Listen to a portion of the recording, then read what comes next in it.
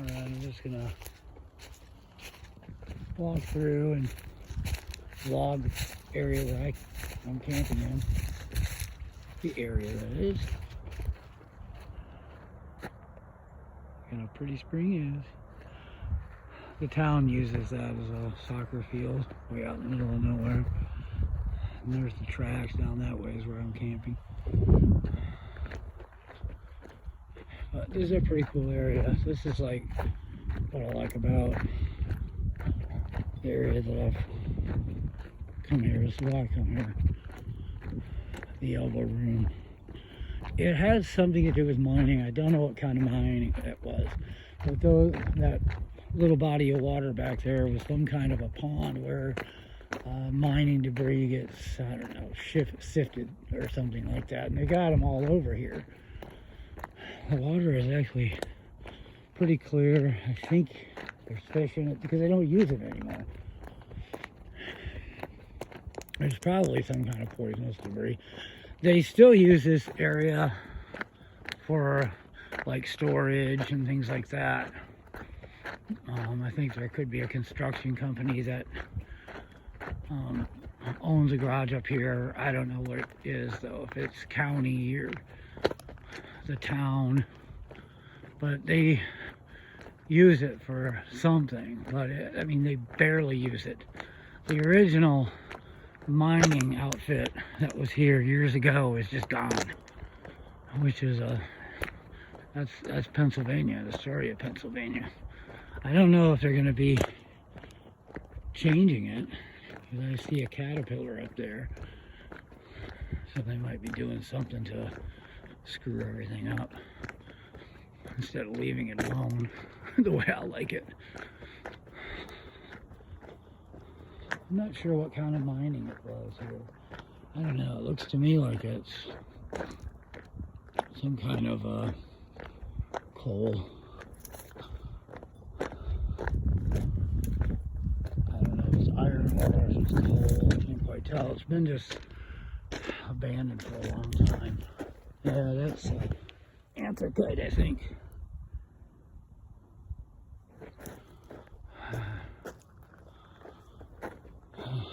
The only thing that they got going is some kind of a construction company that uses that tin garage over there.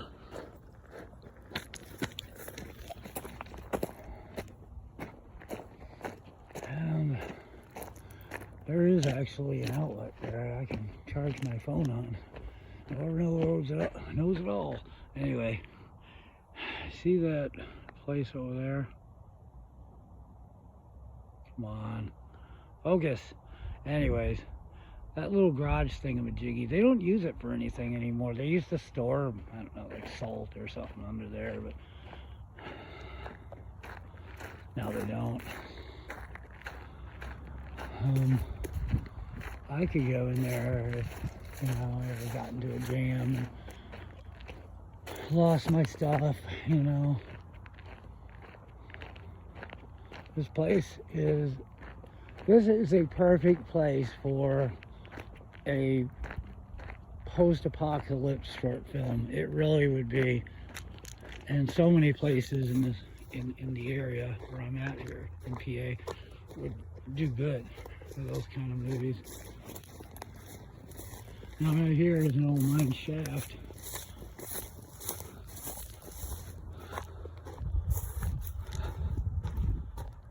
Pretty cool, huh? Echo! Sorry about that, y'all. I just had to do it. Okay. No, I don't. Oh, okay. I thought it had burrs on me.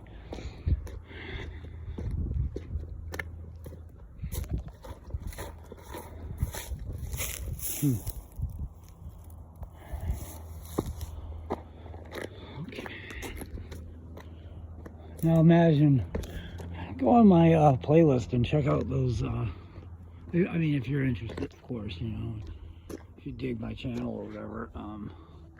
This is really a cool area. You see, that's what I love about this area. Way up there is the road that goes to Woodland. And there's those railroad tracks go to Woodland, and a lot of the metal is taken away from them, and they're just kind of like mucky and muddy. But you could take the railroad grid all the way to Clearfield, which is, I think Clearfield is about maybe 6 miles. That'll be my next stop, unless I actually stop in. Now here, this area is perfect for one of those post-apocalypse short films. But yeah, as I was saying, go to my playlist. I got a special section just devoted to post-apocalypse movies. There's only around 12 or 14 or something on there. Why? Because it's hard to find good post-apocalypse films, you know, like short films. But they've got lots and lots of them on YouTube. Most of them totally suck, so you got to go through 10 of them before you find a good one. But they're a source of inspiration for me. I mean, look at this place. I come here and I work out, stretch my legs, and there's a lot of people that, well, there's not a lot of people that come here, but I think that people can fish in those ponds, you know?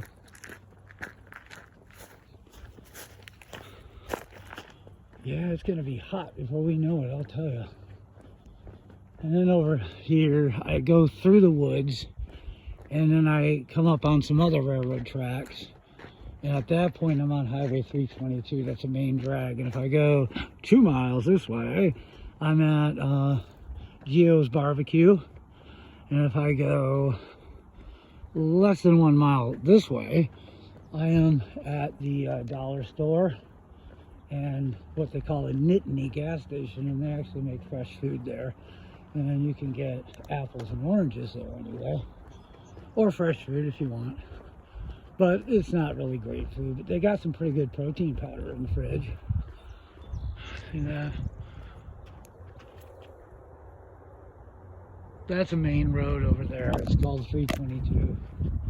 And that runs all the way through the whole state. Like you can go to Clarion and Oil City and places way out east.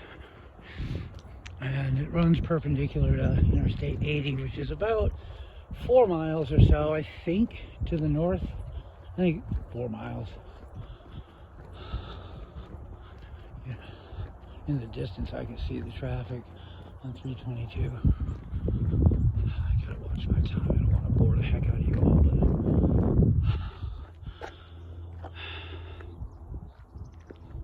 listen to the birds and the silence. And hello, spring. This is real PA, man. This is it. This is the deal. I'm gonna try to, like I said, I can't figure out how to upload longer than 15-minute videos, or I should say films. These are little films. That's really what they are. They're little films. That's how I look at them. It's almost like post-apocalypse short films. That's what I see these as. I really do. And I know all the routes around here, I'll tell you. I mean, how do I know that this is here? Because I know this part of PA. I mean, you can have people 2 or 3 miles from here or 10 miles from here. They wouldn't know about all this. Yeah, see, this is old mining stuff here. This particular mining pond is really dirty. It's got, I don't know what kind of debris. It's mining debris. You'll see it's pretty nasty.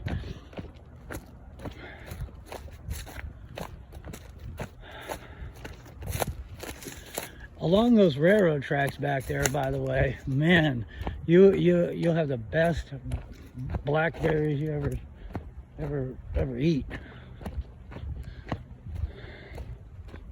See, that's some pretty crazy stuff in there. It's mining debris. I don't know what it is. They came in here and did some stuff this year, I see. So, and there's some fresh track. So there's definitely something going on. But right through these woods, I'd say about 200 yards, about 2 football fields, is the other side.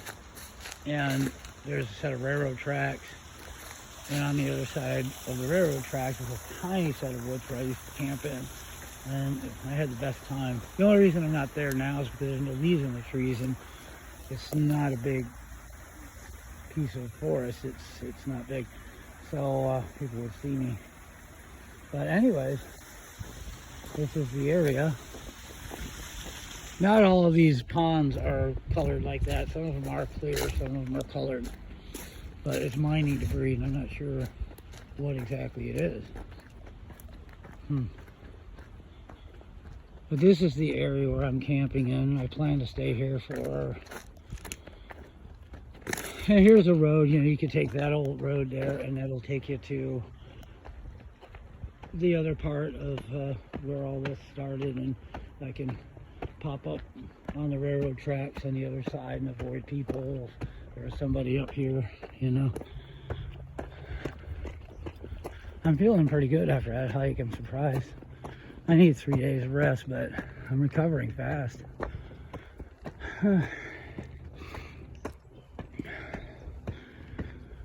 I hope you enjoy my pre-post-apocalyptic short film, because that's really what they are.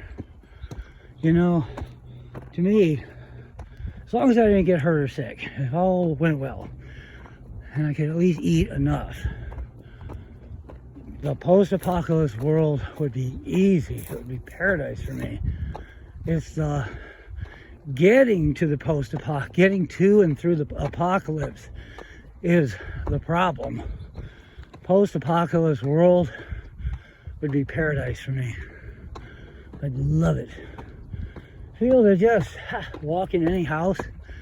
Okay, I guess I'll stay here for the night. Drive a car until it runs out of gas. Grab another one. There's all sorts of cool things. There'd be enough food for years. You just have to look around for it, you know. It'd be fun. It'd be like dumpster diving, except houses would be the dumpsters. Cars, houses, garages, factories, grocery stores. That'd be all sorts of stuff. I'd love the post-apocalypse world. That's why I love those movies. They inspire me. Whew.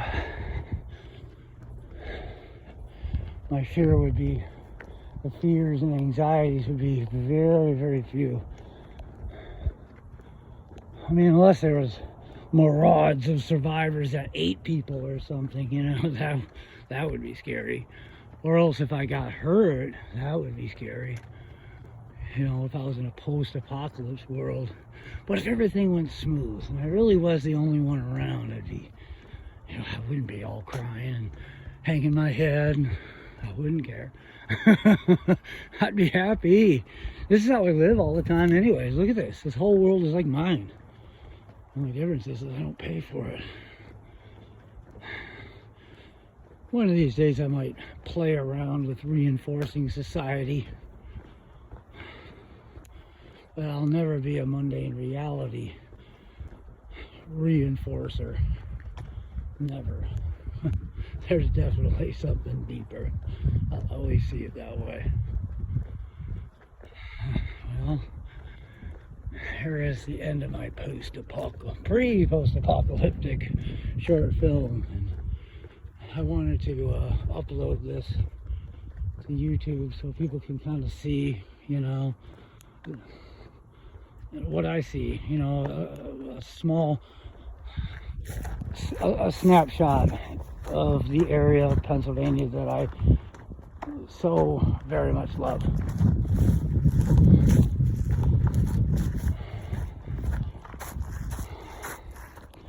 I mean, how do I know about all these areas? I know a lot of areas like this.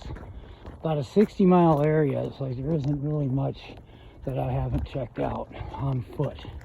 Little by little, like a comb, you know, combing it all over to find these small treasures.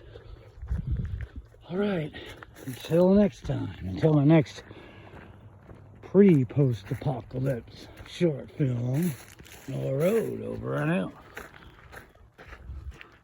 For now.